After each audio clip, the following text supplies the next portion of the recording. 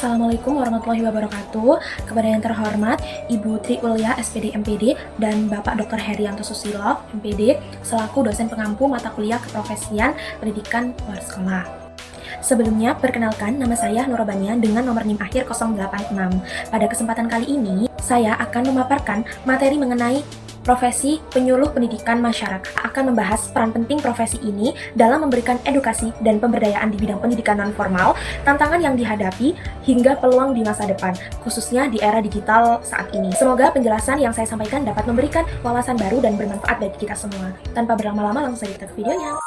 Jadi kita akan membahas apa sih itu penyuluh pendidikan masyarakat. Jadi penyuluh pendidikan masyarakat itu adalah tenaga profesional yang bertugas memberikan edukasi dan pendampingan kepada masyarakat dalam bidang pendidikan non-formal. Nah, mereka itu berperan sebagai jembatan antara pemerintah, lembaga pendidikan, dan masyarakat untuk memastikan bahwa pendidikan non-formal itu dapat diakses oleh semua orang gitu, terutama kelompok rentan seperti perempuan, anak putus sekolah, dan masyarakat di daerah terpencil. Jadi tugas mereka itu tidak hanya menyampaikan materi saja, tetapi juga membimbing, memberdayakan, dan meningkatkan keterampilan masyarakat agar bisa mandiri dan memiliki kehidupan yang lebih baik. Juga peran dari penyuluh pendidikan masyarakat ini juga membantu menciptakan kesempatan belajar sepanjang hayat bagi semua kalangan. Kemudian yang akan kita bahas adalah tentang peran penyuluh pendidikan masyarakat. Jadi peran penyuluh pendidikan masyarakat itu ada 4: edukator, motivator, fasilitator, dan pendamping. Kita akan membahas satu persatu. Yang pertama, edukator. Edukator ini itu penyuluh pendidikan masyarakat itu memberikan pemahaman kepada masyarakat tentang pentingnya pendidikan dan keterampilan hidup untuk meningkatkan kualitas hidup mereka. Kedua, yaitu motivator. Jadi motivator itu yang membangkitkan semangat dan mendorong masyarakat agar aktif mengikuti program pendidikan non-formal seperti kursus keterampilan atau pelatihan kerja. Yang ketiga yaitu fasilitator. Jadi fasilitator ini yang menghubungkan masyarakat dengan program pendidikan atau pelatihan yang sesuai dengan kebutuhan mereka. Nah, tujuannya itu agar akses belajar mereka itu menjadi lebih mudah dan tepat sasaran. Terakhir yaitu pendamping. Jadi pendamping ini membantu dan mendukung masyarakat dalam mengembangkan keterampilan sehingga mereka itu bisa mandiri dan meningkatkan kesejahteraan hidup. Oke, untuk selanjutnya adalah tugas penyuluh pendidikan masyarakat. Yang pertama ada pastinya melakukan penyuluhan ya, dengan mengadakan sesi edukasi dan sosialisasi. Nah, apa yang disosialisasi itu bisa dengan mereka melakukan penyuluhan mengenai pentingnya pendidikan non-formal, misalnya program keaksaraan, pendidikan kesetaraan, atau keterampilan hidup, atau juga bisa dengan keterampilan kerja gitu. Kemudian menyampaikan informasi kepada masyarakat tentang program pendidikan yang tersedia, seperti paket A, paket B, paket C, atau pelatihan keterampilan yang lainnya.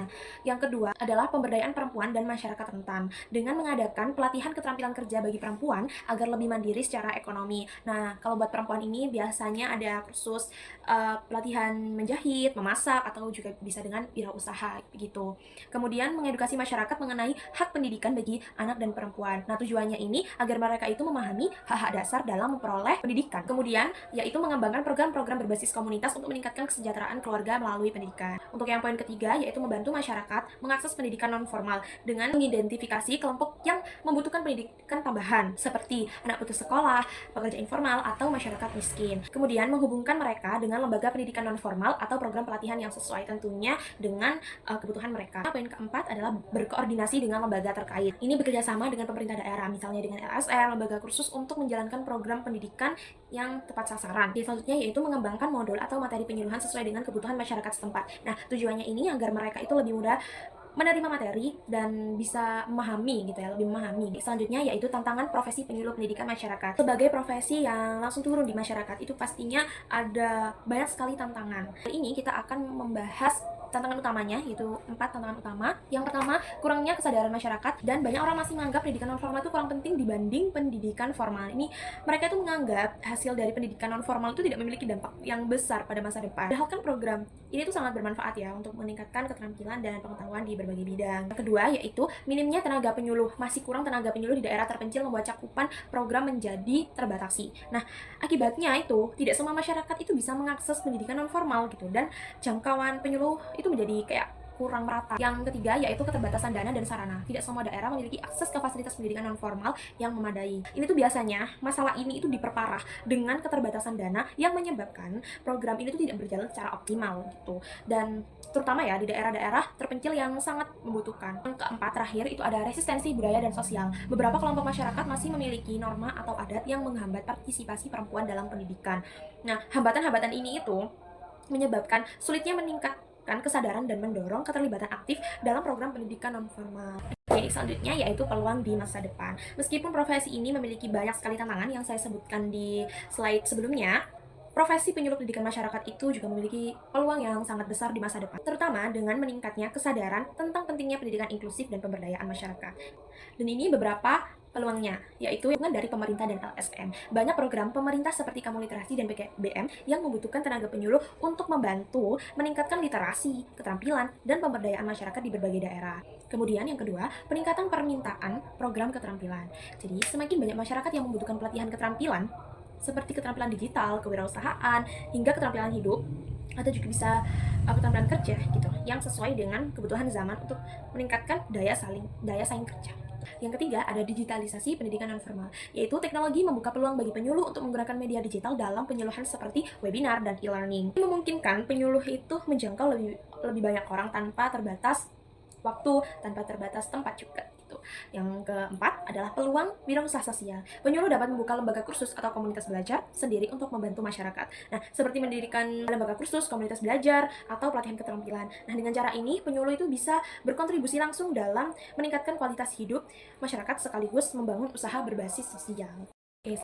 Oke, selanjutnya yang akan kita bahas adalah pengaruh perkembangan teknologi. Yang pertama ada digitalisasi penyuluhan melalui media sosial dan e-learning. Jadi dulu penyuluhan itu kan biasanya dilakukan secara langsung ya, atau tatap muka gitu. Nah, sekarang itu dengan adanya perkembangan teknologi seperti media sosial atau juga e-learning, itu cara kerja penyuluh itu jadi lebih mudah dan sangat efisien, jadi kayak fleksibel gitu, yang bisa dilakukan di mana saja dan kapan saja. Sekarang itu penyuluh nggak perlu datang langsung ya, nggak perlu datang langsung ke tempat, mereka itu bisa membagikan materi lewat platform digital seperti YouTube, Instagram, atau WhatsApp. Nah, selain itu, e-learning itu memungkinkan penyuluh membuat kelas atau pelatihan secara online. Jadi materi itu bisa diakses di mana saja dan kapan saja tanpa terbatas waktu, tanpa terbatas tempat. Kemudian yaitu memanfaatkan kecerdasan buatan AI untuk personalisasi materi. Nah, dengan bantuan AI ini, penyuluh itu bisa bekerja lebih mudah dan efektif. Teknologi AI itu memungkinkan penyuluh untuk menganalisis kebutuhan masyarakat berdasarkan data yang dikumpulkan dari survei online atau chatbot edukatif. Jadi kita itu bisa tahu nih kebutuhan dan masalah yang dihadapi masyarakat secara lebih jelas gitu. Yang kedua yaitu membuat materi belajar yang dipersonalisasi sesuai dengan tingkat literasi dan kebutuhan keterampilan masyarakat. Nah, setiap orang itu kan pasti mempunyai kebutuhan belajar tuh yang berbeda-beda gitu. Jadi ini membantu banget ya AI untuk membuat materi belajar sesuai dengan kebutuhan belajar seseorang begitu. Kemudian yang ketiga, menggunakan asisten virtual berbasis AI untuk menjawab pertanyaan masyarakat secara otomatis, cepat, dan kapan saja gitu. Maksudnya di mana saja gitu. Misalnya chatbot berbasis AI bisa digunakan untuk memberikan informasi tentang program pendidikan non formal atau menjawab pertanyaan masyarakat terkait pendaftaran kursus keterampilan. Bayangkan ada chatbot yang siap menjawab pertanyaan tentang program pendidikan luar sekolah ya, atau pendidikan non formal gitu. Jadi masyarakat itu bisa mendapat informasi dengan mudah dan langsung tanpa harus langsung datang ke tempat itu tadi. Selanjutnya yaitu cara penyuluh pendidikan masyarakat beradaptasi dengan teknologi di 2025 dan masa depan. Yang pertama yaitu meningkatkan literasi digital. Nah, ini tuh supaya bisa menjangkau lebih banyak orang, penyuluh tuh harus belajar memanfaatkan teknologi digital ya. Gampangnya itu ada beberapa yang harus dilakukan. Yang pertama yaitu mengikuti pelatihan tentang e-learning dan manajemen pembelajaran digital. Ini penting biar kita tuh paham caranya bikin penyuluhan tuh jadi lebih modern dan jadi lebih hidup gitu suasananya, dan pastinya juga yang lebih mudah diakses oleh semua orang. Kemudian menggunakan aplikasi pengelolaan kelas online untuk mengatur peserta dan materi penyuluhan. Nah, ini tuh dengan begini itu informasi yang kita sampaikan itu jadi lebih mudah dijangkau banyak orang. Selanjutnya, poin selanjutnya yaitu kolaborasi dengan startup, EdTech, dan pemerintah. Jadi, itu bekerja sama dengan platform pembelajaran digital seperti Ruang Guru untuk mengembangkan program edukasi berbasis teknologi, kemudian berpartisipasi dalam program digitalisasi pendidikan dari pemerintah, seperti gerakan literasi digital atau kampung cerdas berbasis teknologi. Kemudian menggunakan sistem informasi berbasis data untuk mendukung perencanaan dan evaluasi program penyuluhan. Poin selanjutnya yaitu memanfaatkan teknologi AI dan Big Data untuk penyuluhan yang lebih efektif gitu. Jadi AI itu dapat digunakan untuk menganalisis tren pendidikan dan menyesuaikan strategi penyuluhan berdasarkan kebutuhan masyarakat. Selanjutnya yaitu pengembangan model hybrid, yaitu online dan offline. Jadi itu menggunakan model blended learning ya, yaitu kombinasi antara penyuluhan tatap muka dan online agar jauh lebih fleksibel. Selanjutnya yaitu kebijakan terbaru yang mempengaruhi profesi ini. Sejumlah kebijakan pemerintah itu berpengaruh pada profesi penyuluhan pendidikan masyarakat. Yang pertama yaitu Rencana Pembangunan Jangka Menengah Nasional RPJMN 2020-2024. Jadi di sini itu penyuluh itu diharapkan bisa membantu masyarakat belajar keterampilan baru, termasuk keterampilan hidup, literasi digital agar mereka itu lebih siap menghadapi tantangan di dunia kerja. Yang kedua adalah program pendidikan kecakapan hidup (PKH). Yaitu program ini itu bertujuan memberikan pelatihan keterampilan khusus kepada kelompok masyarakat yang rentan seperti mereka yang sulit mendapatkan pekerjaan. Dengan pelatihan ini diharapkan mereka itu punya bekal yang cukup untuk bisa bekerja atau bahkan membuka usaha sendiri. Yang terakhir yaitu dukungan digitalisasi pendidikan. Pemerintah itu juga mendorong penyuluh untuk memanfaatkan teknologi dalam kegiatan penyuluhan. Jadi sekarang itu penyuluh bisa menggunakan e-learning, media sosial, atau platform digital lainnya sebagai alat bantu untuk menyampaikan materi pendidikan agar lebih mudah diakses oleh masyarakat. Oke, selanjutnya yaitu kontribusi dalam menyelesaikan isu sosial. Yang pertama yaitu pengentasan buta aksara, yaitu memberikan pelatihan keaksaraan fungsional bagi masyarakat yang belum bisa membaca dan menulis.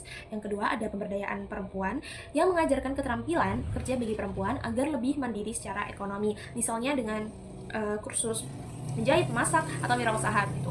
Yang ketiga adalah meningkatkan akses pendidikan bagi masyarakat miskin, misalnya memfasilitasi program paket A, paket B, paket C agar anak putus sekolah itu bisa melanjutkan pendidikan. Ketiga yaitu pendidikan untuk anak jalanan dan masyarakat rentan. Yang keempat, pengurangan pengangguran melalui pendidikan vokasi. Selanjutnya yaitu keterampilan yang dibutuhkan di masa depan. Di zaman digital dan serba cepat ini, penyuluh itu nggak cukup hanya punya pengetahuan dasar ya. Jadi ada beberapa keterampilan yang harus dikuasai biar tetap relevan dan efektif ya di masyarakat, dan pastinya dengan tidak membosankan juga gitu di masyarakat. Pertama yaitu keterampilan komunikasi dan public speaking. Jadi menurut saya tuh ini yang sangat penting ya. Jadi karena penyuluh itu harus bisa menjelaskan informasi dengan cara yang jelas, menarik, dan mudah dimengerti. Apalagi audiensnya itu bisa dari berbagai latar belakang kan. Jadi harus lebih fleksibel lagi dan dalam menyampaikan informasi atau pesan yang ingin disampaikan. Selanjutnya yaitu literasi digital dan pemanfaatan teknologi menggunakan e-learning, media sosial, dan AI untuk menyebarkan materi penyuluhan. Yang kedua yaitu literasi digital dan pemanfaatan teknologi menggunakan e-learning, media sosial, dan AI untuk menyebarkan materi penyuluhan. Yang ketiga yaitu keterampilan inovasi dan kreativitas dengan mengembangkan metode edukasi yang lebih menarik dan efektif untuk menjangkau masyarakat luas. Jadi penyuluhan yang membosankan itu udah gak zaman lagi di era sekarang ya. Jadi penyuluh itu harus bisa lebih kreatif mencari cara biar seru gitu dan efektif supaya pesan yang disampaikan juga lebih mudah dimengerti, lebih mudah diterima oleh masyarakat. Keempat adalah manajemen program dan kemitraan yang mampu merancang, mengelola, dan mengevaluasi program penyuluhan dengan efektif. Berarti dengan kemampuan sosial memahami kebutuhan masyarakat serta membangun hubungan yang baik untuk penyuluh yang lebih efektif. Jadi nggak cuma pintar ngomong aja nih. Jadi penyuluh tuh harus peka juga dengan memahami kebutuhan masyarakatnya. Dengan begitu, itu bisa membangun hubungan yang baik dan penyuluhan jadi lebih enak. Selanjutnya, yaitu keterkaitan dengan SDGs. Jadi, profesi ini itu sangat erat kaitannya dengan beberapa tujuan pembangunan berkelanjutan. Nah, antara lainnya ada 4, yaitu yang pertama, SDG 4, pendidikan berkualitas memberikan akses pendidikan non-formal bagi kelompok yang tidak terjangkau oleh sistem pendidikan formal. SDG 5 yaitu kesetaraan gender mendorong pemberdayaan perempuan melalui pendidikan keterampilan dan literasi keuangan. SDG 8 pekerjaan layak dan pertumbuhan ekonomi melatih masyarakat dengan keterampilan kerja agar memiliki daya saing lebih baik di dunia kerja. Kemudian ada SDG 10 yang mengurangi ketimpangan memberikan akses pendidikan pada kelompok rentan seperti anak jalanan, penyandang disabilitas, dan masyarakat miskin. SDG 16 perdamaian, keadilan, dan kelembagaan yang kuat dengan memberikan edukasi kepada masyarakat untuk mengurangi angka kriminalitas dan meningkatkan kesadaran sosial. Kemudian adalah refleksi pribadi dan rencana karir. Jadi saya itu sangat tertarik ya dengan profesi penyuluh pendidikan masyarakat. Nah pastinya itu ada beberapa hal yang bakal saya lakukan untuk mempersiapkan diri. Yang pertama-tama saya itu bakal mulai dengan mengembangkan kemampuan saya dan mengumpulkan sertifikasi yang relevan dengan penyuluh pendidikan masyarakat. Misalnya ikut pelatihan penyuluhan pendidikan gitu atau literasi digital biar saya tuh tahu gimana cara menyampaikan materi dengan jelas, dengan asik, dan gampang biar nggak nervous. Dari pelatih juga bagi masyarakat gitu. Jadi kalau ada kesempatan saya juga bakal ngambil sertifikasi di bidang pendidikan non formal atau pemberdayaan masyarakat biar kemampuan saya itu diakui secara resmi gitu ya, karena ada sertifikasinya tadi. Kemudian untuk sertifikasi dan kemampuan tadi itu saja menurut saya nggak cukup ya. Jadi saya itu bakal mencari pengalaman langsung di lapangan. Jadi saya mungkin mencoba untuk menjadi relawan di tempat-tempat kayak PKBM, kampung literasi, atau organisasi pendidikan. Nah dari situ saya kan bisa tahu ya kondisi lapangan seperti apa gitu. Kemudian ketemu sama berbagai macam orang, terus belajar juga bagaimana cara menghadapi tantangan di dunia penyuluhan gitu. Kemudian di era digital tuh kayak sekarang, saya tuh juga nggak mau ketinggalan soal teknologi. Yang pastinya saya tuh bakal belajar cara memakai platform e-learning, media sosial untuk edukasi gitu. Dengan skills teknologi yang saya miliki, saya mungkin bisa bikin program penyuluhan yang nggak cuma tatap muka aja, tapi juga berbasis digital. Jadi jangkauan programnya itu bisa lebih luas dan orang-orang di berbagai tempat itu juga bisa join gitu, bisa dapat manfaatnya gitu. Nah, selain itu saya bakal mikirin cara biar program yang saya buat itu nggak biasa-biasa saja. Jadi saya itu mempunyai keinginan untuk membuat sesuatu yang kreatif dan pastinya bermanfaat bagi semua orang. Kemudian biar semua rencana saya ini lancar, saya juga paham pentingnya bangun relasi. Saya itu bakal coba kerjasama ya. Saya bakal kerjasama itu sama pemerintah, perusahaan, atau lembaga donor dengan mereka, saya bisa ngebantu dari segi pandangan, fasilitas, atau bahkan membuka peluang untuk menjangkau lebih banyak orang. Intinya, saya akan mulai langkah-langkah kecil untuk terus belajar. Dari pengalaman, kemudian kuasai teknologi, di era sekarang bangun relasi atau koneksi gitu. Dengan konsistensi dan semangat, saya percaya kalau saya bisa menjadi penyuluh pendidikan masyarakat yang benar-benar membawa perubahan positif di lingkungan sekitar saya. Oke, tidak terasa kita sudah mencapai penghujung materi gitu. Jadi izinkan saya untuk menyampaikan kesimpulan pada presentasi kali ini. Kesimpulannya yaitu penyuluh pendidikan masyarakat itu berperan penting dalam memberikan edukasi dan pemberdayaan melalui pendidikan non formal, khususnya bagi kelompok rentan. Dengan kemajuan teknologi, tugas penyuluh itu menjadi lebih efisien melalui e-learning, media sosial, dan kecerdasan buatan. Jadi di masa depan, profesi ini tuh memiliki peluang besar untuk berkembang seiring dukungan pemerintah dan meningkatnya kebutuhan keterampilan masyarakat. Dengan terus berinovasi, memanfaatkan teknologi, dan membangun kolaborasi, penyuluh dapat memberikan dampak nyata dalam meningkatkan kualitas hidup dan mewujudkan tujuan pembangunan berkelanjutan. Sekian dari saya. Apabila ada salah kata, mohon maaf sebesar-besarnya. Assalamualaikum warahmatullahi wabarakatuh. Terima kasih.